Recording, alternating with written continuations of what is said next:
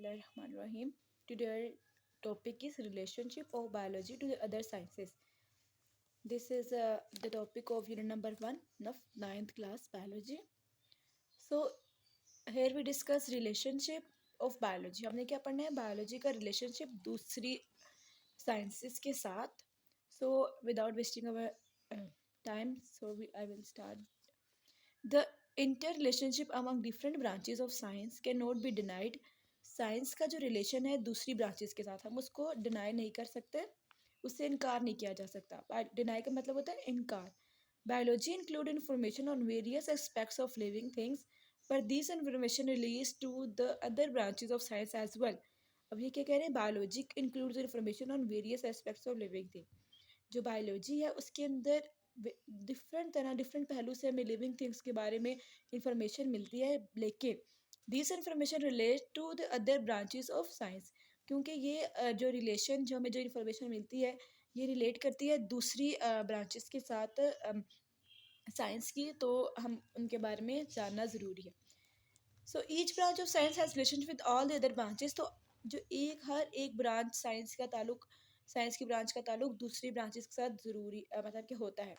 अब ये नहीं कह सकते कि अगर ये वाली कोई भी फिज़िक्स है तो उसको हम बायोलॉजी से केमिस्ट्री से बिल्कुल अलग कर दें, ऐसा नहीं है. सारी ब्रांचेस साइंस की जितनी भी ब्रांचेस हैं वो एक दूसरे से रिलेट करती हैं. सो मैं आपको इसकी एग्जांपल से आपको समझाती हूँ. जैसे for example when studying the process of movement in animal, जब हम पढ़ रहे होते हैं मूवमेंट इन एनिमल्स की मूवमेंट के बारे में, the biologist have to refer to the laws of motion in physics. तो बायोलॉजिस्ट क्या करता है? मूवमेंट को किस तरह एक्सप्लेन करता है? Laws of motion in physics, जो फिजिक्स के लॉ है, लॉ ऑफ मोशन, उसके तौर उनके साथ उसको रिलेट करके उसको डिस्कस करते हैं, एक्सप्लेन करते हैं. This form of basis interdisciplinary sciences. तो इस तरह हमें पता चला कि इंटरडिसिप्लिन साइंसेस की बुनियाद कैसे बनी. So for the paper point of view, this whole paragraph is not important. Just you remember this example just for your understanding.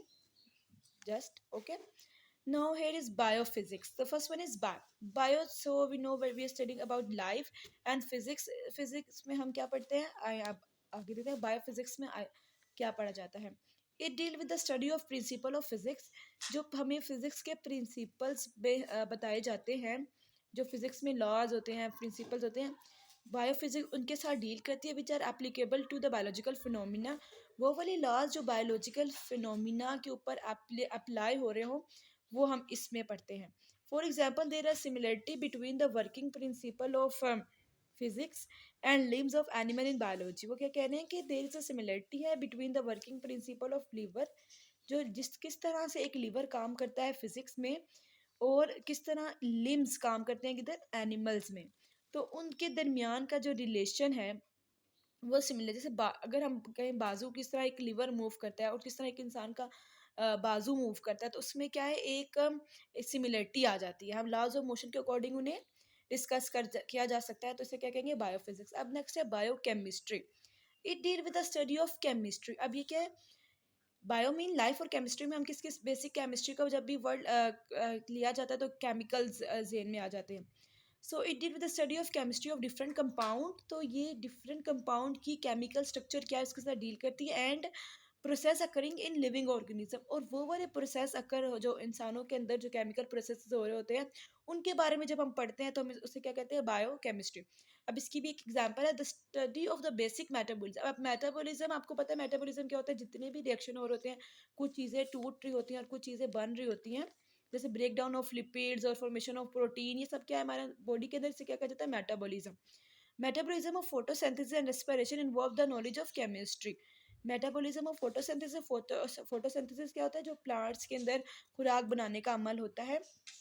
और रेस्पिरेशन क्या होता है? जो ह्यूमन सांस लेते हैं. तो इन दोनों के अंदर क्या कौन से रिएक्शन केमिकली चेंज हो रहे हैं, क्या चेंज आ रहा है, तो हम जब वो इंसानों के अंदर पढ़ेंगे तो हम किस ब्रांच में पढ़ेंगे? बायोकेमिस्ट्री के अंदर. अब biomathematics.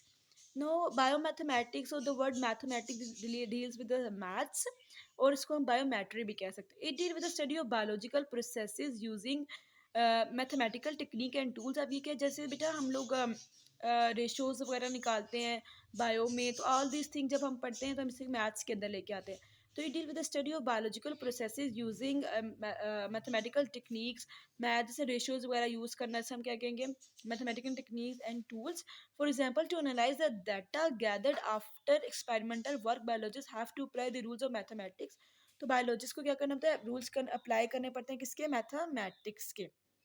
Now the next one is biogeography. It deals with the study of occurrence and distribution of different species of living. अब the word biogeography indicate that geography में जब हम अर्थ के बारे में पढ़ते हैं तो हम इसे कहते हैं जियोफिजिक्स, सॉरी, जब हम पढ़ते हैं जियोफिजिक्स कह रही हूँ, it is also branch of physics में आप पढ़ेंगे जियोफिजिक्स का. लेकिन जियोग्राफी क्या है कि जब आप बायोलॉजिकल पॉइंट ऑफ व्यू से अर्थ को डिस्कस करते हैं और डिफरेंट ऑर्गेनिज्म की डिस्ट्रीब्यूशन को डिस्कस करते हैं तो इसे हम कहेंगे biogeography. It deal with the study of occurrence and distribution of different sciences of living organisms in different geographical regions of the world. वो क्या कह रहे हैं, जियोग्राफी मीन्स अर्थ के ऊपर किस तरह से जानवर, परिंदे, पौधे, ह्यूमंस डिस्ट्रीब्यूट हैं, किस तरह रह रहे हैं और या फिर में आपस में इनका डिफरेंस क्या है. तो जब हम इसके बारे में पढ़ेंगे तो इसे हम क्या कहेंगे, बायोजियो